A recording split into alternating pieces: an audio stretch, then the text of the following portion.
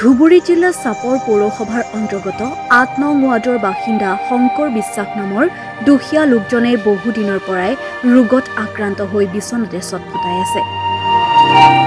গাঁঠিৰ ধন আৰু ঘৰৰ সামগ্ৰী বিক্ৰী কৰি বহুবাৰ চিকিৎসা কৰিছে যদিও আজিলৈকে কোনো সুফল নাপালে।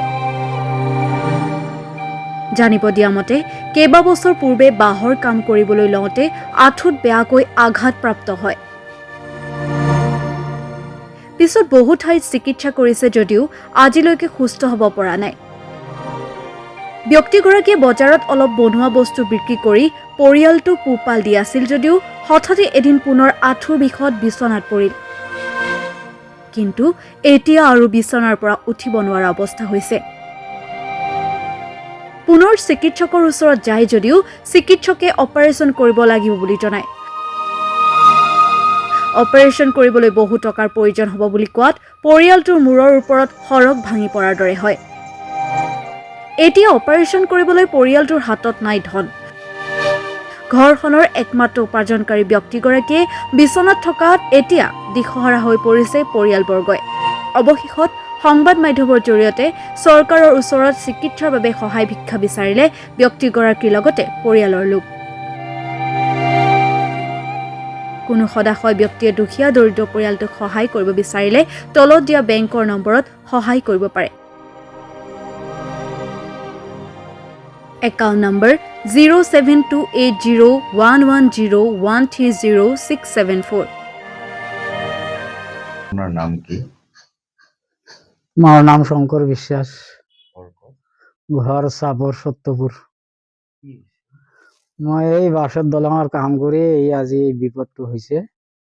মই বহুত ট্ৰিটমেণ্ট কৰিলো কিন্তু ভাল নাপালো। এতিয়া মোৰ কোনো উপায় নাই। এনেকুৱা অৱস্থা, মানে খাব লগা পইচা নাই।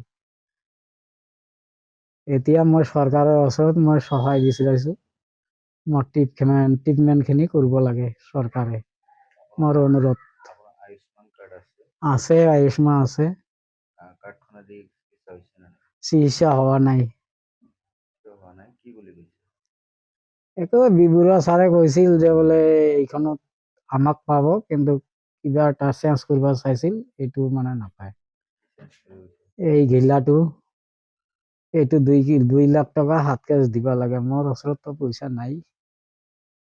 এই তাৰে পৰা মই আছো আৰু এনেকে। এই আজি বেছি হৈ গ'ল, উঠব নোৱাৰো, মানে একদম নোৱাৰোৱে। ঘৰত মোৰ এতিয়া এটা ছোৱালী, এটা ল'ৰা আৰু 2টা ছোৱালী আছিল। এই 2টা বিয়া দিছো। এই এনেকুৱা বেমাৰ ধৰি এতিয়া মোৰ ঘৈণীয়েক আৰু মই 4জন আছো। উপাৰ্জন নাই। মই কেইটা বুট চানা বিক্ৰী কৰিছো, এতিয়া সেইখিনিও বন্ধ হৈ গ'ল। এতিয়া আৰু কোনো উপায় নাই। কাম কৰা মানুহ একেবাৰে নাই। ল'ৰাজনো ফাৰ্ষ্ট ইয়াৰ পাছ কৰি বহি আছে। ছোৱালীটো এইবাৰ মেট্ৰিক দিব। এইবাৰ খৰচে বা কোনে যোগায়। চৰকাৰৰ ওচৰত মোৰ ইয়ে প্ৰাৰ্থনা, মোক এটা ভাল ট্ৰিটমেণ্ট কৰিবলৈ সহায় কৰিব লাগে। তাছাড়া আমাৰ কোনো উপায় নাই। আজি 9 বছৰে হ'ল এই বেমাৰটো হ'ব। এই বঙাইগাঁৱত গৈছো, বঙাইগাঁৱৰ পৰা ৰেফাৰ কৰিল বৰপেটা কলেজ মেডিকেল। তাতে ক'লো যে ছাৰ কিবা কৰিব লগা হ'লে কৰি দিয়ক। কয় 5-6 মাহ মেডিচিন খালে ঠিক হৈ যাব। 9 মাহ মেডিচিন খাইছো, একো হোৱা নাই। পিছত আৰু এই ভাঙা ঘৰত হাঁটবা ধৰিলো। তাতেও 3 মাহ মেডিচিন খুৱাইছে, একো নহ'ল। এদিন মানে চিলিকন ঢেলাই দিলো, দাবি দিলো যে ছাৰ কিবা কৰিব লগা হ'লে কৰি দিয়ক, মোৰ মেডিচিন খাই একো নহ'ব।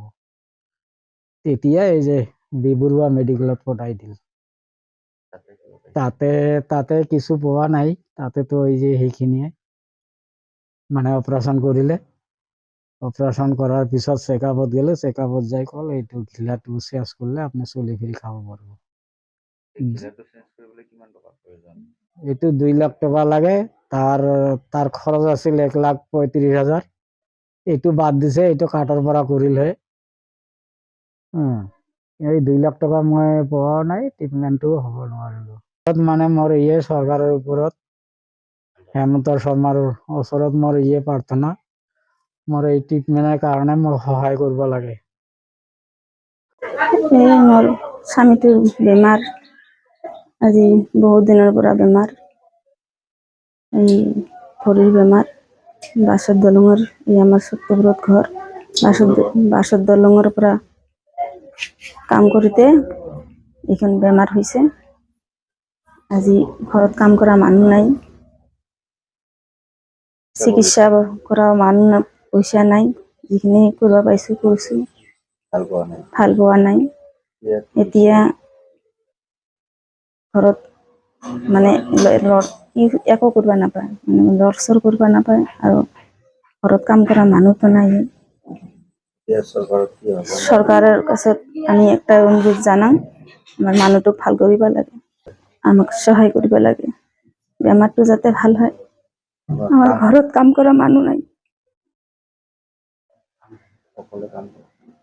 অলপ বুট চানা বিক্ৰী কৰিছিলে, ইও নাপায় এতিয়া, একো নাই এতিয়া আমাৰ খাবলৈ একো নাই।